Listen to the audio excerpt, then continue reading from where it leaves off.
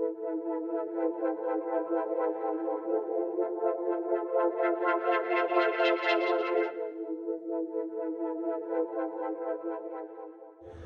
now going to see if I can brave the bright lights because it's sunny out there, and usually I love the sun, and I'll sit out there as well for a good hour every week for my vitamin D, and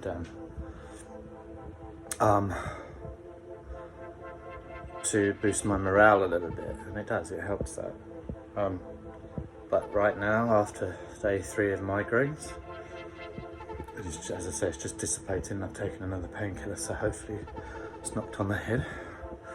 I'm feeling a little bit anxious and out of breath as well for some reason.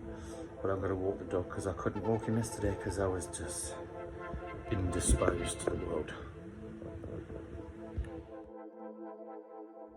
For years and years and years, I watched my mother suffer from migraines, and really bad ones, where it literally got to the point where all of the veins in her chest burst. One time, went for many scans, MRI, CAT scans, and nothing sinister was found. So I think what I'm interested in really is the power of stress and what that can do to you. And even though I know that the headaches that I get from the neck, where I'm having the needle on Monday, is exacerbated by stress, obviously, but it doesn't start from stress. It starts from the nerves being irritated near the facet joint, and that shoots around here. So it's just, I guess, like anxiety. Most people think, oh God, I've never had one. We don't understand what you mean. Pull yourself together, get through it.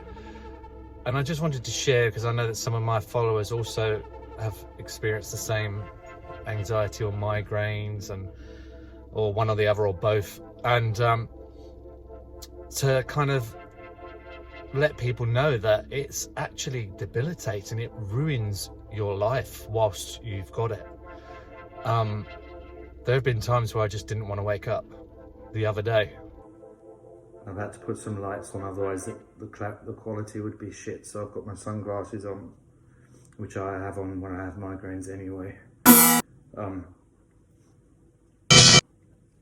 But this is indescribable pain that's just all around here, and I want to gouge my eyes out. That's how bad it's throbbing. I call it a dirty throb, a dirty fucking throb, where you just feel like you need to pull your eyes out and put new ones in and excavate all of the pain that's been going on behind for years, and put some new eyeballs in, as if that would help. Of course it's not. And I remember once going to that famous German guy who does the exhibitions of dead bodies that are made up of vessels and formaldehyde, that have been preserved in formaldehyde and blood vessels, and he does cross sections, and he shows you not just humans but animals like horses. He's a German guy. It was very controversial at the time, and he had this cross section of someone's brain who suffered badly from migraines, and the mass, what you call it, but the mass on those cross sections was so much different to a person that never suffers from a migraine. So it does do long-lasting damage. But I love it. I love my life and I love my job. I love the satisfaction it provides me, and it's like my extended family where I work. But when you get debilitated with migraines and anxiety and depression, that's the contrasting part, like the title, where sometimes you just don't think you can go on another day when you're in that much physical pain. I can deal with mental pain because I have a mental illness, so do a lot of people I know, and I've learned to cope with various techniques, whether that's the medication I take and other stuff that I've learned and take from cognitive behavioral therapy or psychodynamic therapy, and stuff I've learned myself. But yeah, so the contrasting horrible part of loving my life and what I'm doing now, I've finally got a career that I've been in for the past 5 years that I love at the ripe old age of 49. The downside to that all is when you're ill and you can't get rid of it no matter what. Don't get in my shot with me. It's a life changer. But you try not to let other stresses infiltrate. You know, and then you realise your shoulders are hunched because you just... There's things that you can do to help yourself, I think, whilst you're enduring it, but I've taken so many painkillers now and it's just throbbing. That's why today for me is so joyous. I can take my dog for a walk in this beautiful quarry reserve. And I'm really happy today because I thought I would spend the whole weekend in bed, indisposed, and just reaching for the codeine, trying not to exceed the amount, the Valium, the sleeping pills, that when it gets that bad, you don't even care what you're taking. I mean, obviously I'm not stupid. I try not to exceed the amount I should, but it's times like that where you just think, you know, that's when the depression kicks in. Because I'm not usually, I mean, I'm on antidepressants for anxiety, but I'm not usually depressed. My job makes me happy. The people in my life make me happy. But when this happens and it debilitates you, it's another thing altogether. It's another part of you that could easily say goodbye to this world.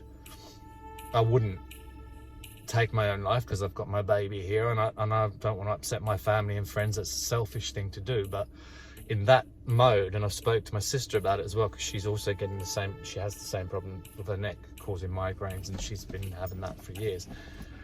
We both said in that mode, when you're in that state at the time, I couldn't care less whether I woke up the next day, because I would rather just die than wake up again in the morning with that excruciating pain that you know is going to stamp all over your day, possibly your week, and take time off work again, which is, I hate doing that. I've been in this company that I'm working at for 5 years and I hate taking time off, but I know that I just can't give 100% of myself to the types of clients that I work with, you know, people with disabilities and autism. I can't give 100% of myself, and that's putting duty of care at risk. That's not, you know. And then today, this beautiful day, I can take him out and I feel good. It's still niggling, but I know that it's probably going to dissipate and I feel good. So I feel like, oi, get your bum out of the camera shot. God, he's a heavy one. I feel like I'm going to have a good weekend, and now I'm as happy as Larry. I'm ecstatic. Get your bum out.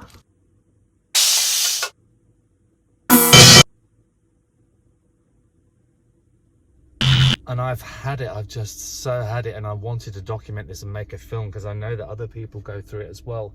And until you've gone through it, people just don't understand. It's the same as anxiety as well. They just don't understand. They think we're whingers and complainers and hypochondriacs. As I said, I will take, as I'm getting older now, I am experiencing more pain in my bones and joints and things. I would rather go through all of the other pain in my body than this. Any day of the week, any day. Anyway, I'm now going to go on this lovely walk with Hunter.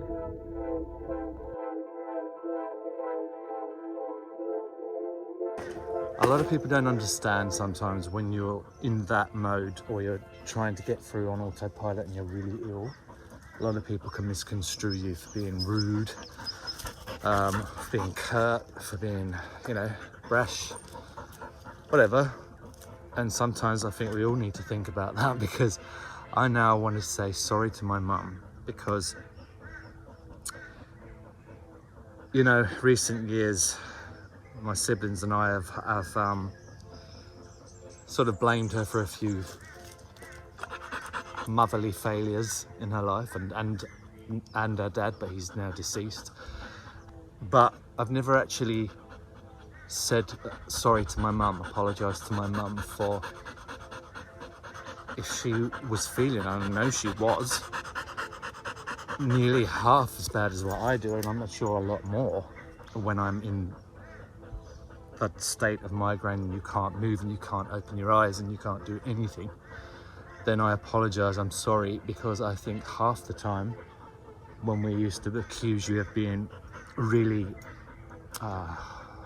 verbally abusive and irritable and angry, I think a lot of the times who wouldn't be when you're in that mode? So we've all got our part to play when it comes to trying to understand, to be empathetic and to stop blaming people for fuck ups, because we've all done it.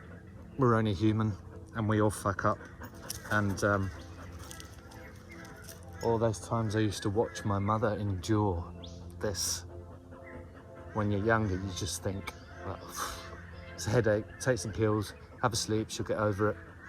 But now thinking back to those days on days that she'd be in bed consecutive day after day, I think, of course, that was part of depression as well, because you do get depressed. As I say, I live a vibrant life and I love it. Who wouldn't out here? But then when you're in that mode, you want to die. You just do. You just don't want to do anything. So now I understand what my mother went through more. A lot more. Well, I have been for the past few years now, since having these bad ones. And it's a horrible thing to suffer with.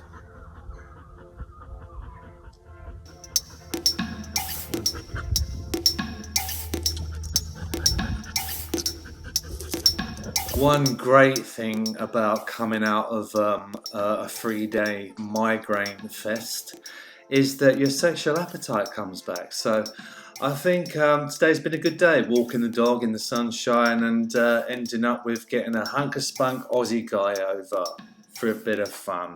What's the harm in that, huh?